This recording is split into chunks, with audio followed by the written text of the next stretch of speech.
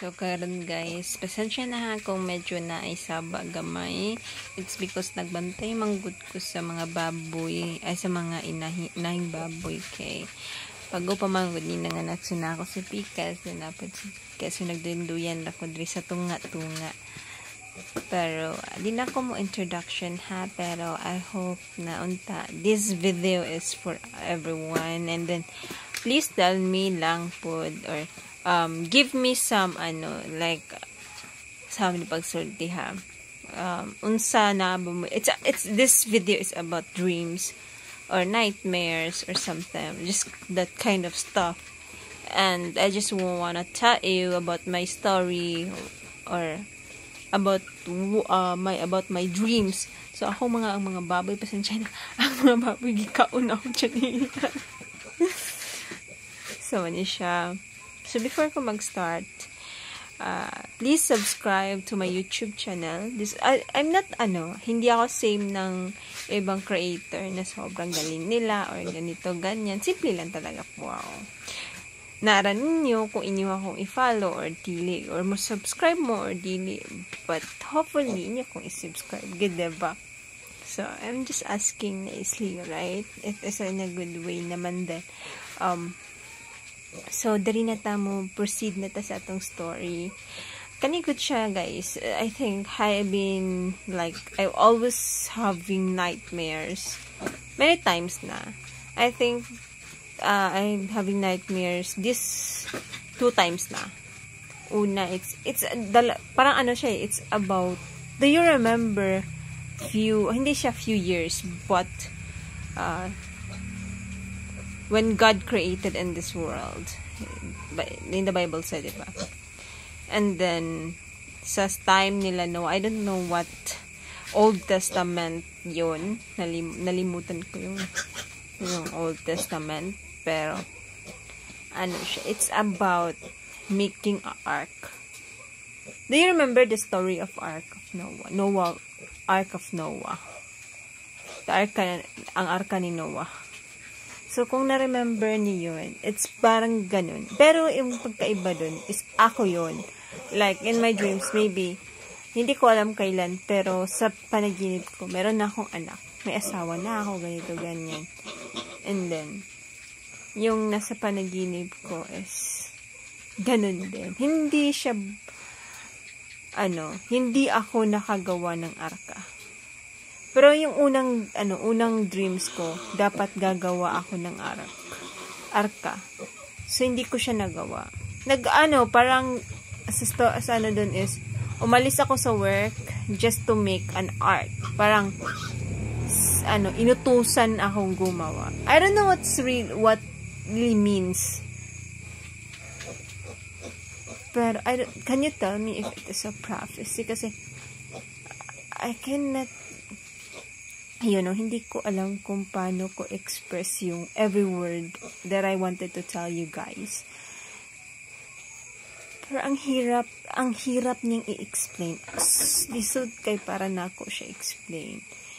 Kay una before, I think na-post na ako siya sa previous na mga videos. Few years ago, 2017, magto 2018, kasi graduating ako ng grade 10. Na naginip din ako,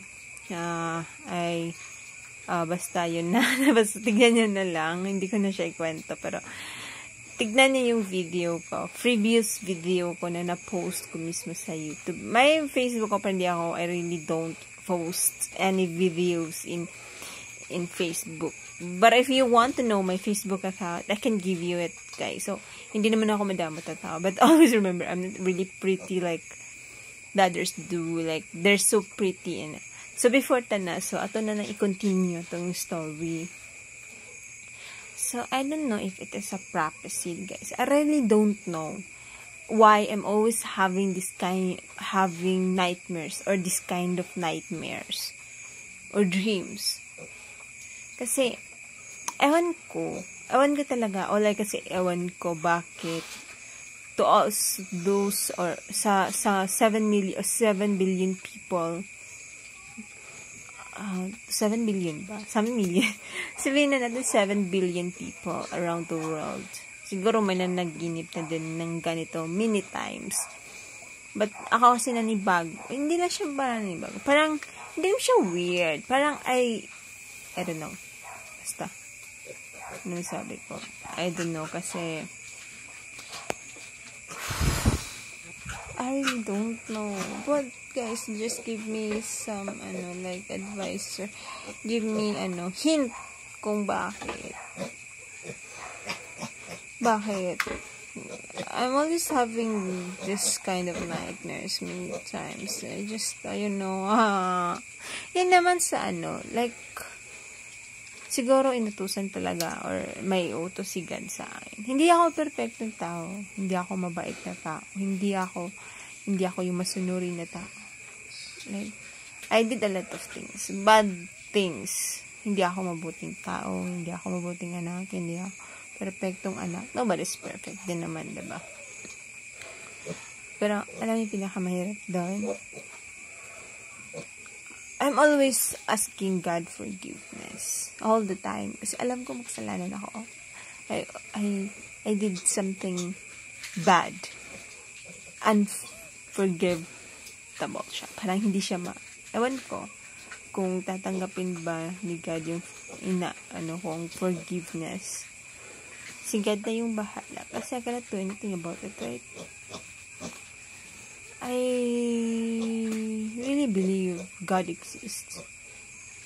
Lahat ng miracles na nangyari sa akin dati. Yeah. Siguro wala ako kung wala siya. Like, I already end my life. So, yun na nga. Ang hirap lang kasi. Pero, ito lang. Pinaka hindi ko is yung bagay na alam mo na I think kasi yung binigay na path sa akin ni God, simple lang siya. Hindi siya simple, pero mahirap siya, pero magandang kinakalabasan. Tinahak ko yung madalian, pero pagdating sa dulo, nahihirapan. Pero I'm so happy. I'm so glad God helped me all the time. Even though I did a lot of things. Bad things. Yeah, yun, diba? So, it's really hard. Really hard. Kasi, lahat ng, I don't know, but why God always why God give this kind of nightmares. I just wanted you guys help me out. Help me to define what is the meaning of my nightmares. Why I always having nightmares like just like what happened in the time of Noah. I think it's 2 times na siya nangyari. So, medyo mahirap talaga siya. Like, I need someone to define or what is the meaning of my nightmares or of my dreams. So, yun lang. So, guys, hindi ko napahabain yung kwento. Pero if you want, I can tell you more about my dreams. So, just comment lang talaga. Okay? Thank you so much, guys. Please subscribe before I end this video. Please subscribe to my YouTube channel. I'm just new here in this kind of social media or this kind of platforms. So, please help me out. I'm not bihina natin na dami-dami talagang vloggers ngayon and content creators. But, I just want to ask you to help me out to, like, basta, yun na yun. Just subscribe nyo na lang ako pag gusto nyo. Pero if you don't want to, just fine. Thank you so much, everyone. Thank you for listening. Just comment down below if you want to know more about my dreams, and I will tell you. Okay, bye-bye.